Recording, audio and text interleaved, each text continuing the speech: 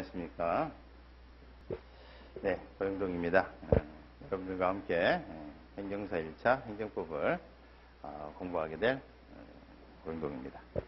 여러분들에게 행정법이 도대체 어떻게 생겨먹었는지에 대해서 전체적인 그림 정도, 뭐 옛날 얘기 하나 해드린다 이렇게 생각하셔도 되겠네요. 그래서 한번 얘기 한번 들어보시고요.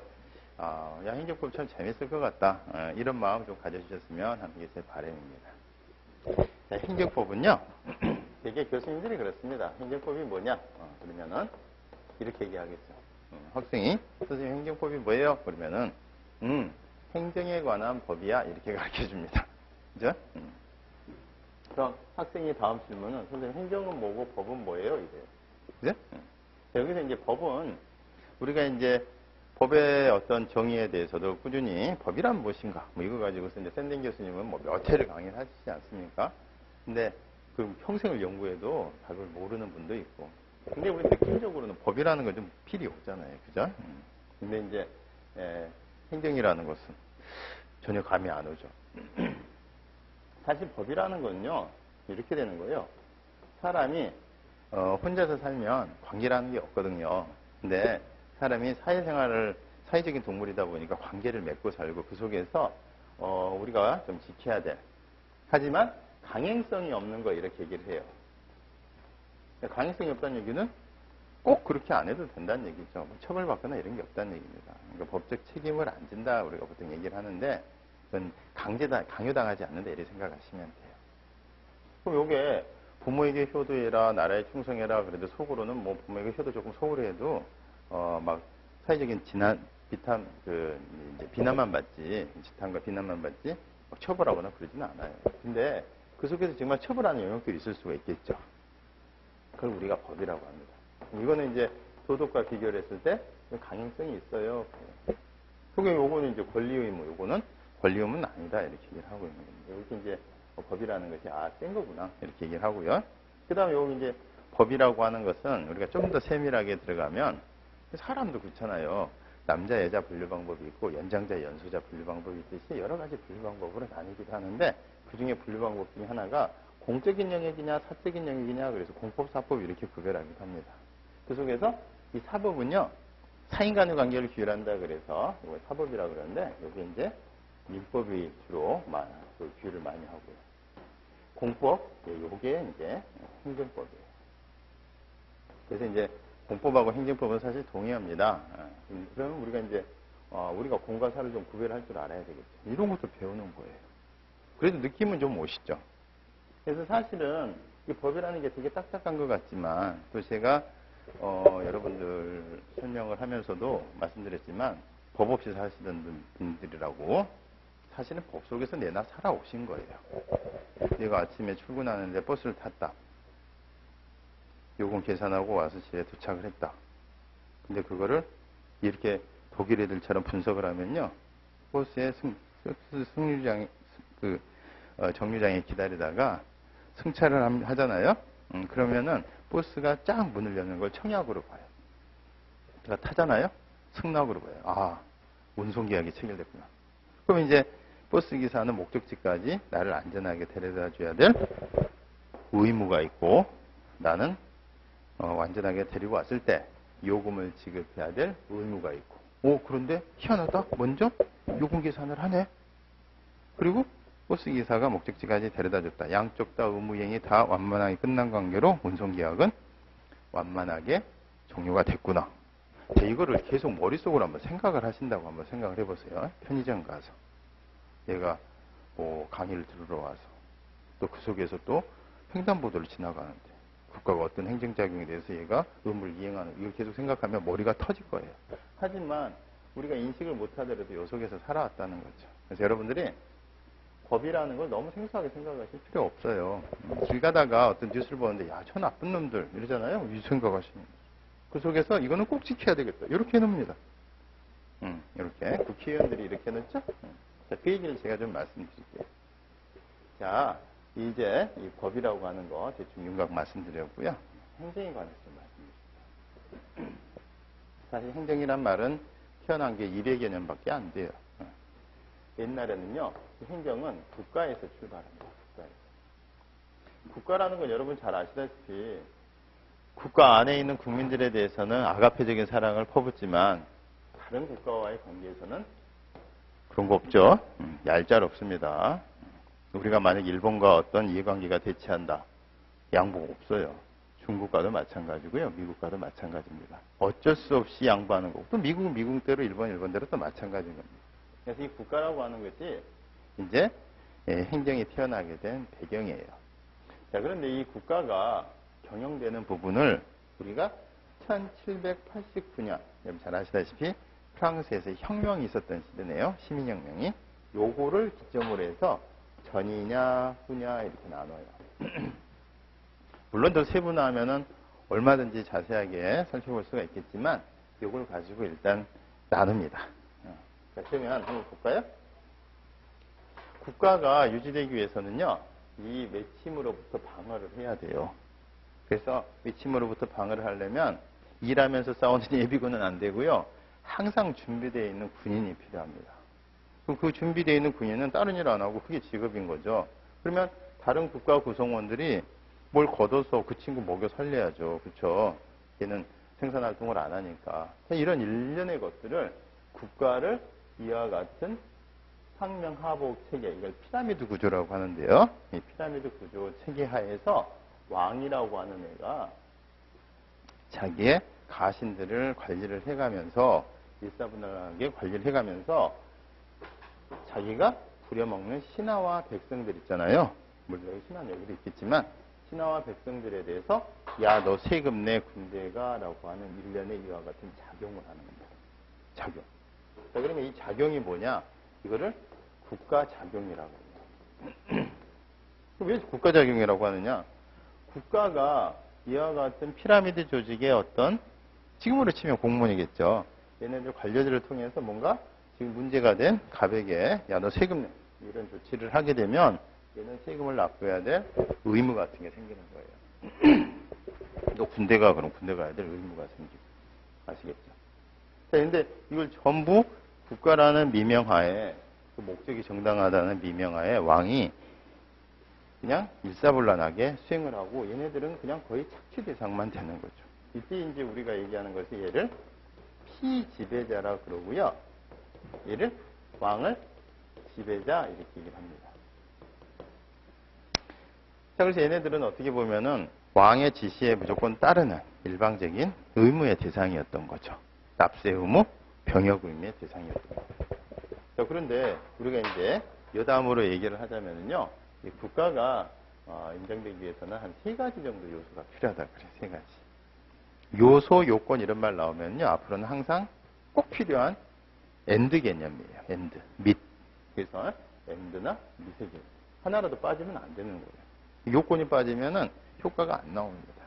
예, 만약에 성립 요건이다. 그럼 성립이 안 되는 거예요. 하나라도 빠지면. 자, 보세요. 그래서 이제 국가는 이제 구성 요소가 몇 개냐? 영토가 있을 거고요. 지역적인 범위죠. 이 영토에는 영해도 포함되고 영해 기선으로부터 일정 범위까지 영공까지 포함하는 넓은 의미의 영토입니다. 그 다음에 거기를 구성을 채우고 있는 국민이 있을 거고요. 그 다음에 눈으로 안 보이는 게 이게 주권이라는 게 있어요. 그 나라를 나라답게 하는 배터리죠. 그래서 사실 영토 국민에 대한 연구도 깊이 들어가면 한도 끝도 없겠지만 일단 눈에 안 보이는 주권에 대해서 이제 논의를 하자면 이 주권이 뭐예요? 하는 부분에 대해서 첫 번째 명제가요. 주권의 소지자가 누구였을까요? 하는 이제 명제가 생기는 거예요.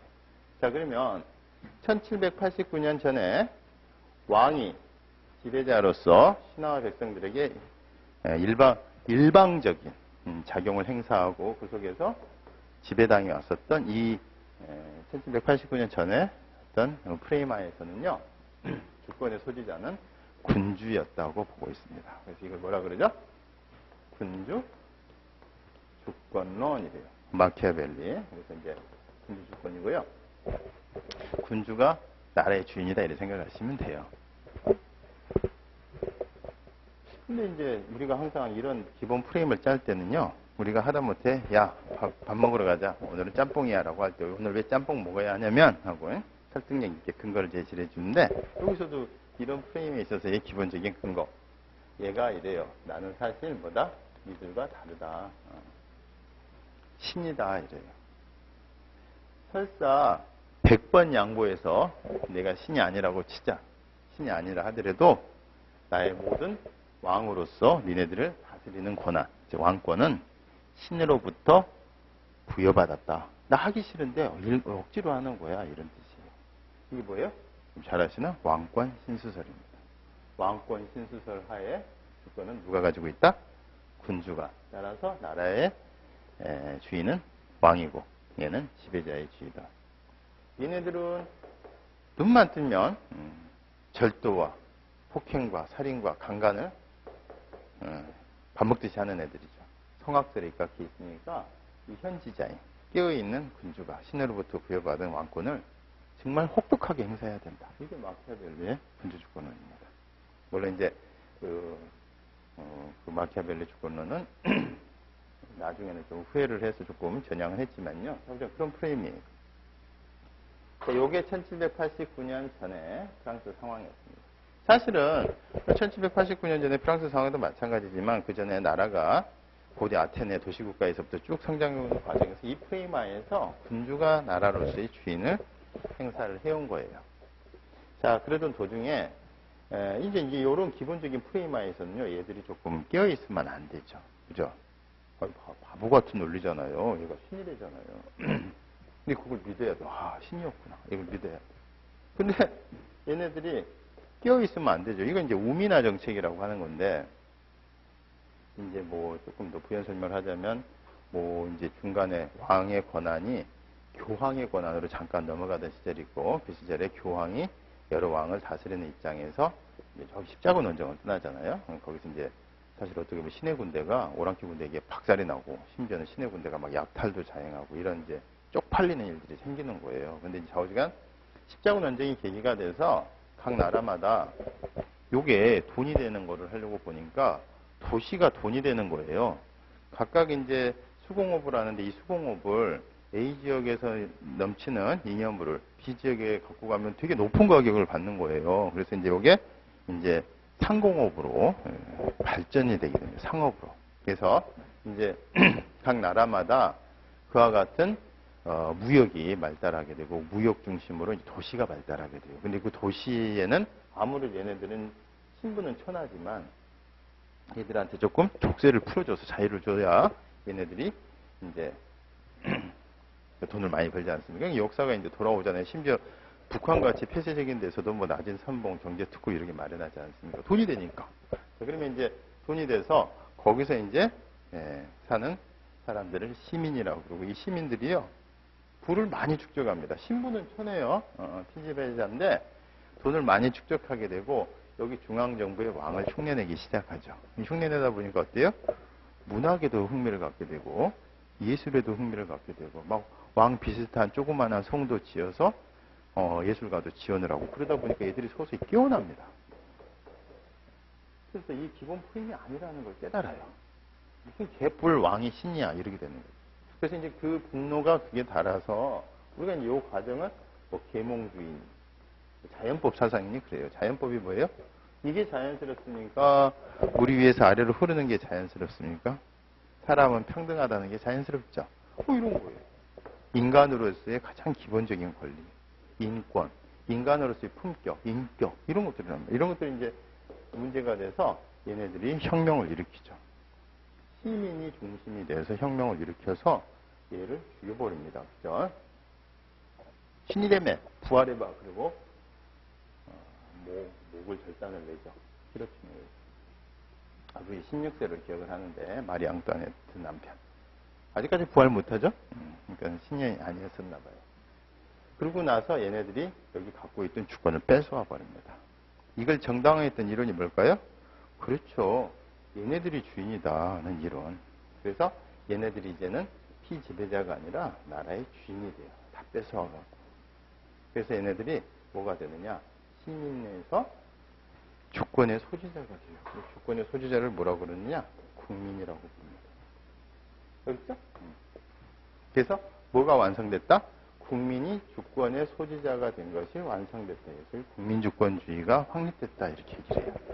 국민주권주의가 확립됐다. 그래서 이걸 이제 정당화하는 이론들이 이제 국민주권론이죠. 군주주권론을 극복한 이론. 그래서 이제 국민주권주의가 확립이 돼 있고, 국민주권주의를 네 자로 줄이면 이렇게 됩니다. 뭐가 될까요? 됐습니다. 민주주의가 확립됐구나 이래요. 여기에 이제 이렇게 됐는데 주권의 소지자가 군주에서 국민으로 바뀌었습니다. 그죠? 그냥 민주주의라고 할게요. 근데 문제가 생겼습니다. 왕이 주권의 소지자일 때는 혼자잖아요. 그러니까 혼자서 결정하고 결정한 내용대로 실제 집행하는 거. 그렇죠? 지금 문제가 된 홍길동이한테 세금을 부과를 해서 쟤한테 얼마를 뜯어내지? 뭐 할 때, 야, 너 세금 100만 원 내. 그리고 쳐들어와서 100만 원 가져가는 거. 이 두 가지를 홍길동이한테 100만 원 조세 부과한다. 그래서 집행한다. 이 두 가지를 일사불란하게 왕이 합의돼서 결정 집행하는 거. 아무 문제가 없었는데요. 얘네가 주인이 되니까 이게 다수예요, 다수. 다수다 보니까 복잡해집니다. 자, 이게 얼마나 또 복잡해지죠, 여러분? 아까 짬뽕 얘기 나왔는데, 여러분들 혼자서, 나 오늘 점심 혼자 밥 먹어. 혼밥. 뭐 먹지? 짬뽕? 짜장? 짬뽕. 오케이. 되죠? 결정하고 집행하는데, 둘이 하면 어떻게 돼요? 짬뽕. 친구가. 난 짜장. 그럼 통일이 안 되지. 아이씨, 둘이 같이 먹어야 되는데? 둘이 똑같은 거 먹어야 된다니까. 짬뽕 먹자고. 짜장 먹고 싸우잖아요. 그죠? 셋이면 어떻게 해요? 셋이면 식당도 못 갑니다. 메뉴가 통일되는 건 고사하고, 둘이 짜장 짬뽕 먹겠다고 싸우고 있는데 한 명은 난 회덮밥 이럽니다. 그럼 어떻게 되는 거예요? 환장하는 거죠. 5천만이 만약에 어떤 값에 대해서 세금 얼마 부과할까를 5천만이 도란도란 타협해서 결정하고 집행한다. 재밌겠죠? 안 됩니다. 그래도 어떻게 그냥 해. 그래서 이 소지자의 개념에서 이 소지자가 그와 같은 주권을 행사하는 방법은 이렇게 되면요. 뭐 행사하는 방법 군주 그냥 하면 되는데 여기서 이제 국민이 다수다 보니까 복잡해지는 거예요. 그래도 어쩔 수 없어. 그냥 해야지. 이걸 뭐라 그래요? 국민이 직접 행사하는 거야. 이걸 직접 민주주의라고. 그죠? 그럼 이거 직접 국민이 5,200만이 모여서 홍길동이한테 세금 얼마 부과할까를 타협해서 결정해야 되는 거예요. 미국과 FTA 협상 체결하는데 1조 조문을 어떻게 할까? 이쪽 5,200만하고 저쪽 3억이 나와서 타협해서 결정하는 거예요. 불가능하겠죠. 이런 부분에 대해서 이거 너무 불편해. 해봤는데 너무 불편해. 차라리 우리가 똘똘한 심부름꾼을 하나 뽑아서 그냥 우리 학교 반에서도 그러지 않니? 진짜 중요한 거 나라에 뭐 운명이 좌지우지되는 건 우리가 결정하지만 그 밖의 것들은 야 반장 뽑아서 걔한테 하라 그러자. 어? 회사 같으면은 대표이사 뽑아서 하자. 이거죠. 그래서 걔를 통해서 간접적으로 행사하는 걸 뭐라 그러냐? 간접민주주의 그렇습니다. 사실 간접민주주의는요. 우리가 심부름꾼을 하나 뽑아서 월급쟁이 사장들어 대신 결정하라는 거예요. 그럼 그 대신 결정하는 애가 국민의 뜻과 다르게 결정할 수도 있습니다.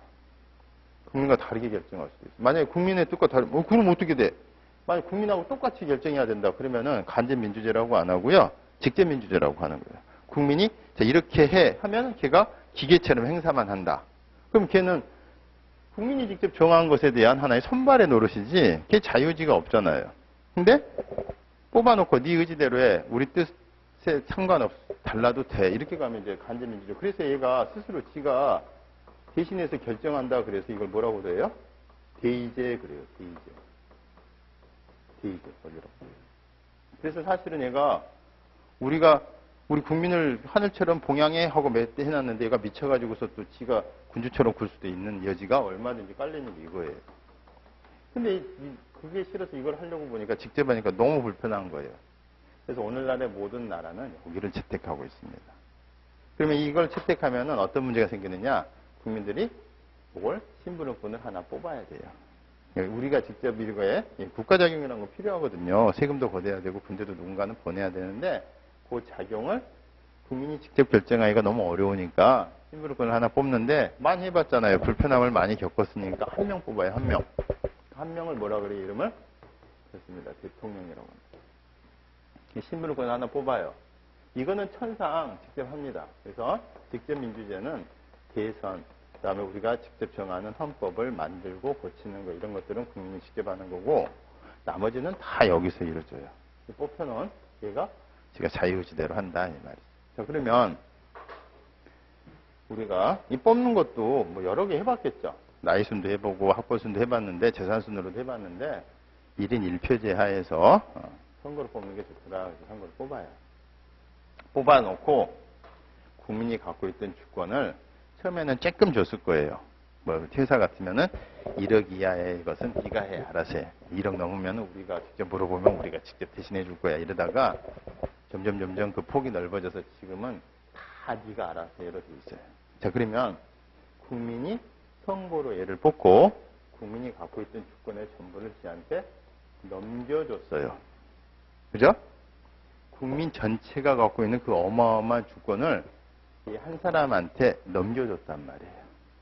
그리고 얘가 그 위임받은을 받을 숫자 써서 수임이라 그러는데 그거를 이렇게 행사를 해서 전체 국민이 갖고 있던 주권을 넘겨받은 상태에서 지금 문제가 된 한 사람 한 사람의 국민에 대해서는 얘가 이런 형태로 무섭게 행사를 해요. 왜?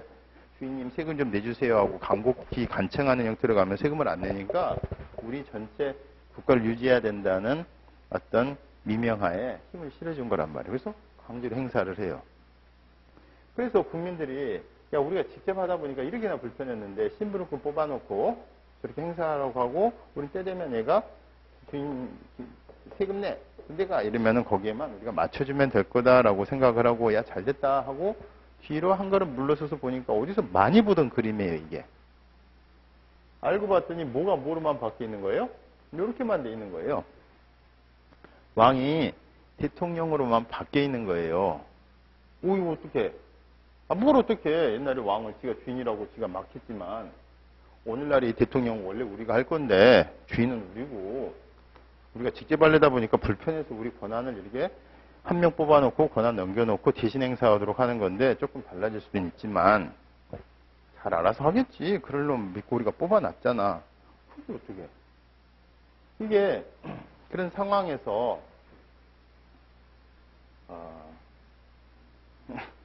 절대 권력은 절대 부패한다. 물론 이분이 이제 애풍경이라는 분인데 이 앞에 절대는요 애외 앱솔루트라는 뜻이에요. 정말 막강하다는 뜻이에요. 막강한. 여기 절대는요 다른 뜻인데 원칙이 아니란 얘기예요. 원칙은 항상 예외가 있는데 이 절대는 예외가 없을 때 보통 법학에서는 절대라는 말을 붙입니다. 그러면은 이 사람이 쭉 동서고금 역사를 연구를 하다 보니까 어느 힘이 한쪽으로 쏠리게 되면 예외 없이 예외가 없잖아요. 원칙이 아니에요. 예외 없이 썩더란 얘기죠. 그러면 이런저런 사유로 국민이 주권의 소지자인데 이 불편함 때문에 한 명을 뽑아놓고 걔한테 우리가 갖고 있는 주권을 다 넘겨놓고 우리한테 또 이제 그게 되돌아와서 행사가 되는 이 구도로 되어 있는데 얘가 정말 썩은 왕이 되는 거는 시간 문제라는 거잖아요. 그죠? 그럼 어떻게 해요? 그때마다 얘가 조금 미쳐가지고서 썩은 왕이 되면, 부패한 왕이 되면은 그때마다 교체하지. 요게 지금 서남아시아, 과거의 남미 이렇습니다. 중남미. 서남아시아, 예멘. 지들이 뽑아낸 대통령 지금 걔 교체하려고 또 지금 반군하고 정부군하고 싸우고 있잖아요. 국민들은 막 시리아 이렇게 자기 나라 피해서 난민이 되고. 주기적으로 이거 교체해야 되냐? 이런 문제가 생기죠. 자, 여기서 이제 고민이 들어가는 거예요. 야, 이거 안 하면 안 되냐? 이거 안 하면 나라가 망하는데? 그럼 이거를 우리가 직접 요만큼 해서 이렇게 하라고. 이거는 너무 불편한데? 뭐 이거 아니겠습니까?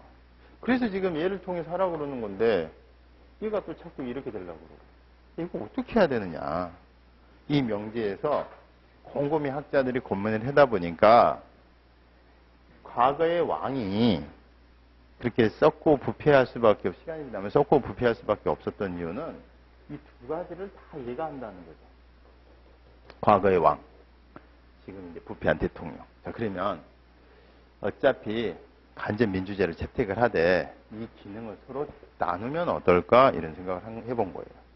그래서 얘는 이 누군가가 결정한 대로만 집행하도록.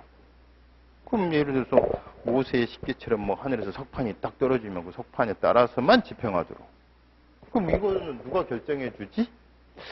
그 결정은 우리가 정말 뭐 국민을 위해라 이런 추상적인 것 갖고는 안 되니까 이런 결정, 기준을 정해주는 심부름꾼을 하나 더 뽑자. 어? 이렇게 일사불란하게 집행하는 심부름꾼을 한 명을 해놓고 이쪽은 이제 신속이 중요시한데 신속이 이제 필요한 영역이라면 이와 같은 결정 기준, 이것은 신중함을 요하는 데니까 이 신중함을 요하는 데 있어서는 심부름꾼 하나 더 뽑자. 그 심부름꾼을 하나 더 뽑습니다. 자, 근데 이 심부름꾼 하나 더 뽑는데 신속한 거는 한 명을 탑으로 해서 일사불란하게 움직이는 상명 하복 계층의 피라미드 구조가 제일 현명한 시스템인데요. 여기는 여러 명이 모여서 지혜를 짜서 어떤 기준을 정할 건지 그거라는 것을 하는 건요. 여럿이 모이는 게 좋아요. 이게 이제 우리가 보통 말하는 위원회 체계라고 하는 겁니다. 위원회. 단독 독임제, 혼자서 책임지는 게 아니라 홀로 독자에서 책임질 때 그 임자가 아니라 뭔가 합의제 기관. 자, 그것을 위원회라고 해요. 그래서 국가에 있어서 각각 국민에 대해서 어떤 조치를 할 건지에 대한 주요 기준을 정하는 위원회. 이거를 두 자로 하니까 뭐가 되겠죠? 눈치채셨죠? 이렇게 됩니다. 국가의 중요한 국가작용에 있어서 중요한 기준을 정하는 위원회. 그래서 지금 우리 현행 헌법에는 헌법에는 200명 이상으로 하도록 되어 있고 지금 국회법에는 300명으로 지금 되어 있습니다. 원래 299명인데 세종시가 하나 들어와서 300명이 되어 있어요. 그래서 여기서 만든 기준이 뭐냐면 그 기준을 우리가 그렇습니다. 법률이라고 해요. 그럼 여기서 이 정말 여럿이 모여서 막 멱살잡이도 하고 싸우고 해서 정해진 이 기준, 이 법률에서 여기서 정해진 거예요. 그리고 여기서 정해진 대로 너는 집행해야 돼. 여기서 만약에 하지 말하면 죽어도 해서는 안 되고 여기서 그 하라면 꼭 해야 되고 자 이렇게 되는 거예요. 자 그러면 이게 국가작용과 관련해서 이 국가작용이 어떻게 되는 거냐. 그리고 이거를 행정이라고 부르기 시작하는 거예요. 그래서 이제 이게 국가작용이 아니라 국가작용이 국회에서 하는 작용과 여기 삼각형에서 하는 작용이 두 개로 나눠지고 이걸 행정이라고 그래요. 그래서 이게 이제 행정이라고 하다 보니 행정작용이 되고 이 행정작용은 법에서 정한 대로만 해야 된다. 그래서 이게 우리가 뭐가 되느냐. 뭐의 지배를 받는다? 그래요. 법의 지배를 받는다. 이걸 여러분들 한문으로 하니까 뭐가 되겠죠? 그렇습니다. 법치주의가 완성되게 되는 겁니다. 민주주의가 되고 민주주의에 있어서의 국가를 실현하는 그와 같은 작용을 하는 과정에서 이게 이제 나오게 돼요. 그럼 이 국회에서 정한 이 법률에 야, 참 잘했다. 이거를 법률에 적합하게 행사된 작용이다. 이래요.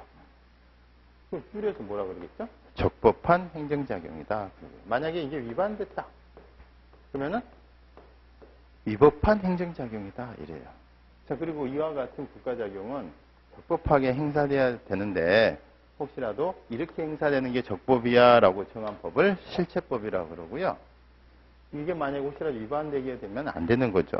이게 이제 여기서 법에서 정해놓은 게 뭐 갑에 대한 세금은 이렇게 부과돼야 돼, 을에 대한 세금은 이렇게 부과돼 이런 거를 정하는 것이 법률이고요. 이게 실체법이고 과연 이 적법이냐 위법이냐에 대해서 지금 문제가 된 국민 각과 국가 간에 서로 분쟁이 생기면 그 부분에 대해서 제3의 기관에 가서 공정한 룰, 무슨 룰? 소송법에 찾아봐서 다투게끔 여기다가 또 하나의 기관을 만들어 놨어요. 그게 법원입니다. 법원.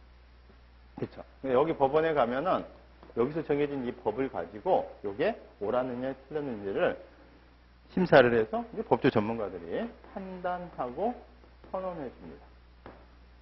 그리고 여기서는요, 이와 같은 행정작용이 어떻게 이루어져야 될지 그 결정 기준에 대해서 그와 같은 법을 정립해주는 기능을 수행한다고 그러고요. 여기서는 정립되어진 이 법에 따라서, 국회에서 정립한 법에 따라서 집행해야 된다라는 것을 이걸 요게 몫으로 봐요. 그래서 결론적으로 보면 얘네가 국회가 법률을 제정하는 것을 줄여서 입법이라고 합니다. 아시겠죠? 입법. 여기는 뭐예요? 집행 혹은 정책적으로 집행한다고 해서 행정 이렇게 표현을 합니다. 입법, 행정. 자, 여기 뭐라 그럴까요? 그렇죠. 이렇게 판단 선언하는 것을 여러분 사라고 표현합니다. 옛날에 그 미주시대 때, 조선시대 때 뭐 옳고 그름을 이렇게 간언하는 것을 사간언 이렇게 얘기하고, 옳고 어떤 헌법적인 기강에 따라서 옳고 그름을 따라서 사정기관으로서 역행을 했던 게 사헌부 이랬습니다. 그래서 여기는 사라 그러고요. 여기 법사라고 안 하고 앞으로 바꿔서 사법이라 그래요. 그래서 우리가 국가 기능이, 자, 국민과 국가와의 관계에 있어서 국가가 일방적으로 무서운 조치를 취해서 그 속에서 국민에게 일방적으로 의무가 생기던 거, 자, 이와 같은 과정에서 과거에는 국가작용이라고 했는데 이걸 이제는 입법, 행정, 사법으로 국가작용이 세 개로 나눠졌어요. 나눠졌는데 원래 이게 국가작용인 거고 이거를 견제하는 기관들이 이렇게 생긴 거예요. 그죠? 그렇죠? 만약에 잘못 나오면 여기서 죽여버립니다. 죽여버려요. 세금 내라 그랬는데 죽여버리니까 세금 안 내도 돼요. 이것을 우리가 입법, 행정, 사법이라고 그러고요. 자, 그러면 여러분들 국회에서 정하는 이 법 중에 사실은 이 국민들 사이에서도 막 갑과 을 사이에 서로 돈을 빌려주거나 애를 낳거나 또 이혼하거나 이런 거 규율하는 법이 있을 거 아니에요. 이거를 뭐라 그러냐? 사법이라 그러고요. 국가를 유지하기 위해서 입법, 행정, 사법 중에 세 개로 나눠져 있는 권력 분립과 관련된 하나의 행정작용에 대해서 이렇게 수행이 되라라고 정해놓은 이 법을 그렇습니다. 공법 내지는 행정법이라고 그래요. 그래서 이 행정법에서 정하고 있는 시스템, 이렇게 행사돼야 된다. 이게 행정법이고요. 그게 혹시라도 분쟁이 생기면 다투는 절차, 행정소송법이라고. 혹시라도 갑을 사이에 내 집이야, 네 집이야 이런 거 정하는 것을 사법, 민법이라고 그러고, 여기에 대해서 다투는 절차, 민사소송법 이렇게 있습니다. 그리고 이제 그 중에 여기 가장 대표적인 공과 사의 개념이고요. 국민이 진짜 해서는 안 되는 범죄 행위라고 규율을 해놓고, 그걸 하면 이 법원에서 최종적인 판단 선언에 의해서 유죄 무죄를 가리는 절차, 그것을 형사소송이라고 그래요. 형사소송은 사실 좀 독특한 소송이고, 이것과 이것이 공적인 영역에 관한, 사적인 영역에 관한 분쟁 해결의 수단입니다. 그래서 행정법은 여와 같은 법률 그리고 다투는 절차까지를 말하는 거예요. 되게 민법 따로 있고 민사소송법 따로, 학문이 따로 있어요. 형법, 형사소송법 따로 있는데, 행정법은 요게 행정법에 이렇게 행사돼야 되는 게 옳고 거기에 대한 분쟁이 있으면 이렇게 하는 거야까지를 쌍망라해서 행정법이라고 해서 우리가 배우는 거예요. 그러다 보니까 양이 되게 많죠. 그래서 원래 민법은 얼마나 역사가 오래됐을까요? 행정법은요? 1789년 이후에 행정이 나와요. 그전에는 국가라 그랬잖아요. 이렇게 나눠지지가 않았으니까, 권력 분립이 세 개로 상권 분립이 안 돼 있으니까. 그래서 행정법은 태어난 게 200여 년밖에 안 돼요. 그죠?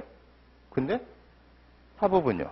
사법은 재산하고 신분의 가족에 관한 거예요. 재산은 우리나라로 치면은 사유재산이 나온 게 청동기 시대. 세계사 쪽을 보면 신석기 시대 때부터 재산이 나왔다는 거고요. 사유재산이.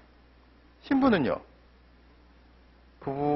남자 여자가 만나서 약혼하고 혼인하고 이혼하고 혹시라도 또 친자관계, 그러다가 결국 죽는 거, 친족, 상속, 이게 이제 사법인데, 어디까지 거슬러 올라갈까요?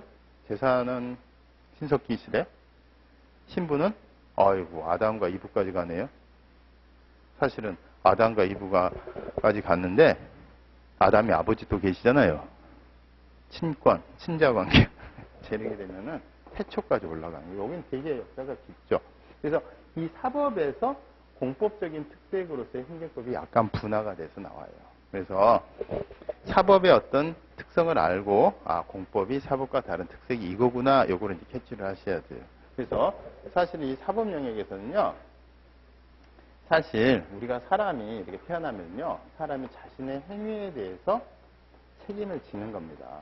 이 책임이 혹시라도 법적 책임이다 그러면 권리 의무를 진다. 아까 강행성 없지는 거 이렇게 진다 그러는데, 이 책임을 지는 거, 너 이런 행위하면 이런 책임져야 돼, 이걸 정하는 것이 민법이고, 너가 국가가 이런 행위하면 너는 세금을 이렇게 납부해야 돼, 이런 것이 행정법인데, 행정법은 법치라 그러고요, 공법은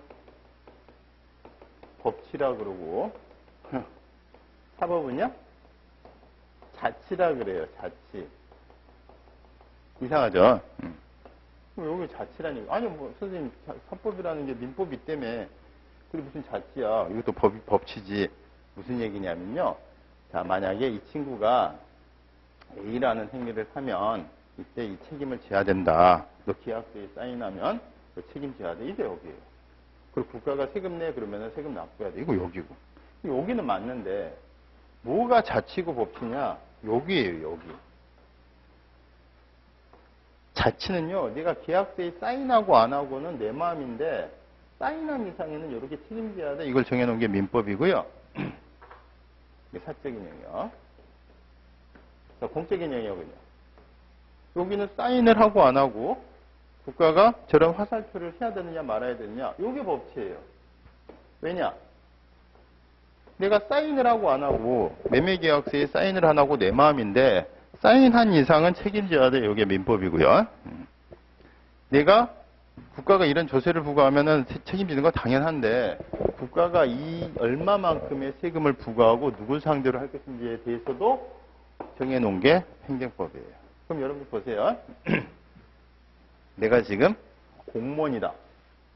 그러면은 문제가 달라져요. 공무원이 요걸 하는 행위를, 요 행위를 하는 거거든요.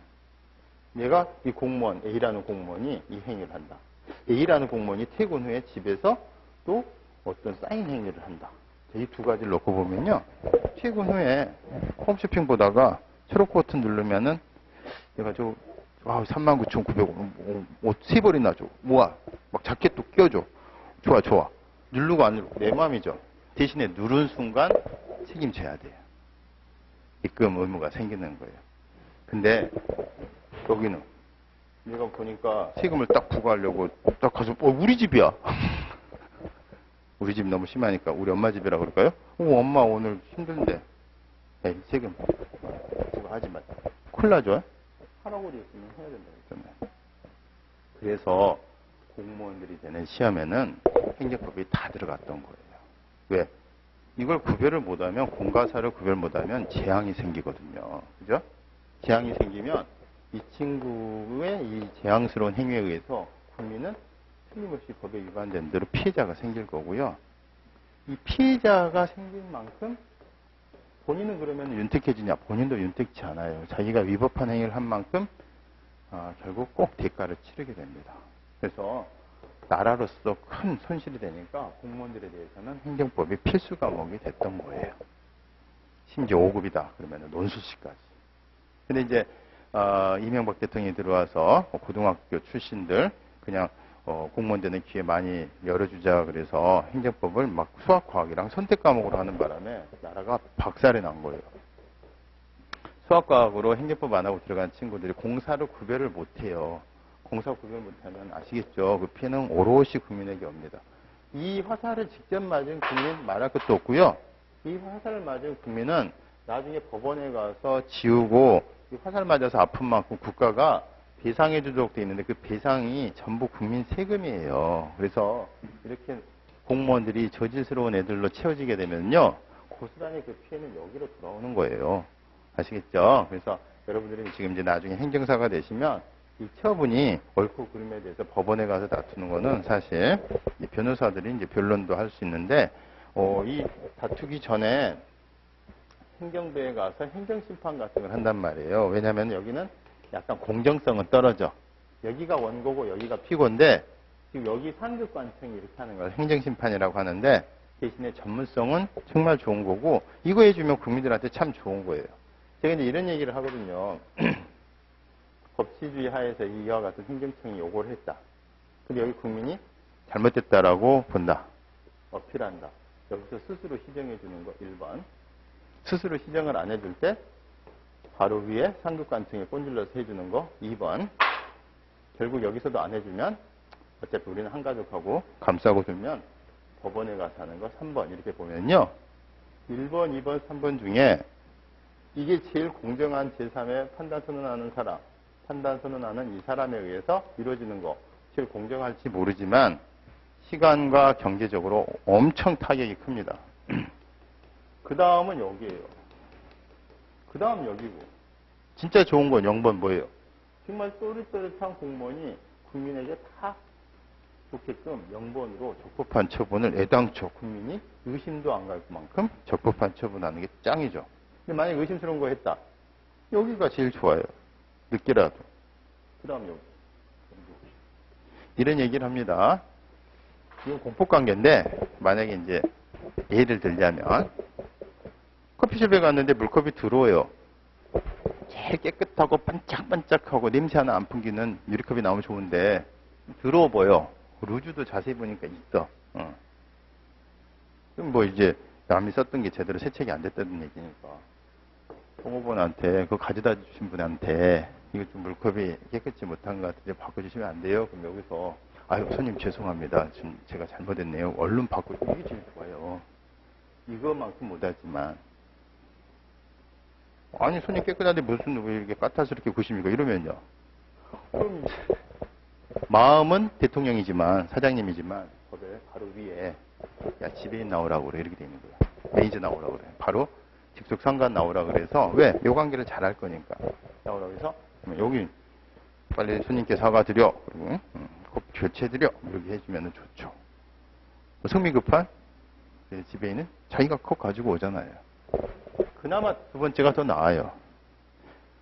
근데 알고 봤더니 둘이 막 뛰고 돌아요. 오늘따라 여기 손님들이 진상이 많냐고 그러고 컵을 안 교체해줘요. 그럼 이제 결국 여기가 안 가는 거예요. 여기 가면 심신이 피곤해집니다. 아시겠죠? 변호사 비용도 많이 들고 시간도 많이 걸려요. 요 행정심판 과정에 또 이와 같은 처분의 옳고 그름을 판단하는 과정에 행정사분들의 주된 이제 활약 무대가 되시는 거예요. 그래서 여러분들이 이와 같은 행정에 관한 행정법은요? 행정에 관한 법이겠죠. 옛날 얘기 하나 드렸는데 결국은 뭐예요? 국민주권주의, 민주주의, 법치주의, 상권 분립 하에서 법치주의라는 게 나옵니다. 그래서 여러분들이 이게 공과 사를 구별하는 가장 기본적인 패턴 같은 거 이해하시고요. 우리가 이제 결국 할 거는 그럼 이 5만 가지 조세부가 처분은 어떻게 돼야 하고 그렇게 안 해요. 행정법이 워낙 다뤄야 될 스펙트럼이 넓다 보니까 학문이 넓으면요 이론적 깊이는 얇습니다. 학문의 영역이 좁으면 기포주겠죠. 그죠? 그래서 행정법은 전방위적인 영역이에요. 그래서 국민에게 기쁨을 주는 행정, 아픔을 주는 행정 이런 식으로 굵직굵직하게 갑니다. 그리고 이제 나머지 세분화된 거는 이제 공무원들이 알아서 하고 나중에 공무원들의 어떤 처분에 대해서 이게 처분인데 나중에 여러분들이 그 부분에 대해서 이제 행정심판 같은 거를 수행을 하는 과정에서 여러분들이 이제 더 전문가가 되는 거고 지금은 이제 그 과정이니까 그죠? 기본적인 것만 배우는 거예요. 그래서 이상으로 우리가 행정법의 기본적인 로드맵이 이렇게 됩니다. 그리고 사실 이제 여기서 다루는 행정심판, 행정소송할 때 행정심판법, 행정소송법 약간 이제 여기 사법부가 주가 된다는 점에서 조금 다른 면은 있겠지만 국민의 권리구제라는 측면에서는 내나 똑같겠죠. 그래서 여러분들이 비슷합니다. 그래서 여러분들이 그런 부분에 대해서 앞으로 우리가 공부를 해나갈 거예요. 그래서 전체적인 10층짜리 건물의 로드맵을 보자치면 이렇게 생겨먹었습니다. 그래서 여러분들이 기본 강의하시고 그 다음에 꾸준히 따라오시고 그때그때 중요하다는 거 정리하시고 그 다음에 그 틀 속에서 다음에 또 벽돌 하나하나 더 껴가서 인테리어 들어가고 나중에 벽지 바르고 거기다가 이제 화분까지 놓으면 아마 합격하셨을 거예요. 그렇겠죠? 그 다음에 이제 여러분들 이제 행정사 업무를 수행을 하시면서 더 이제 그 분야의 장인이 되시는 거죠. 자, 시간이 좀 길어졌는데 이상으로 행정법의 전체적인 로드맵에 대해서 한번 살펴봤습니다. 참고하시고요. 앞으로 저랑 같이 행정법 재밌게, 그렇죠? 재밌게 또 점수 좋게, 그렇죠? 학자를 뽑는 게 아니니까 수험생으로서 즐거운 결실이 나올 수 있도록 저 역시 최선을 다하겠고 여러분들도 최선을 다해 주시기 바랍니다. 예, 끝까지 들어주셔서 감사합니다. 수고하셨습니다.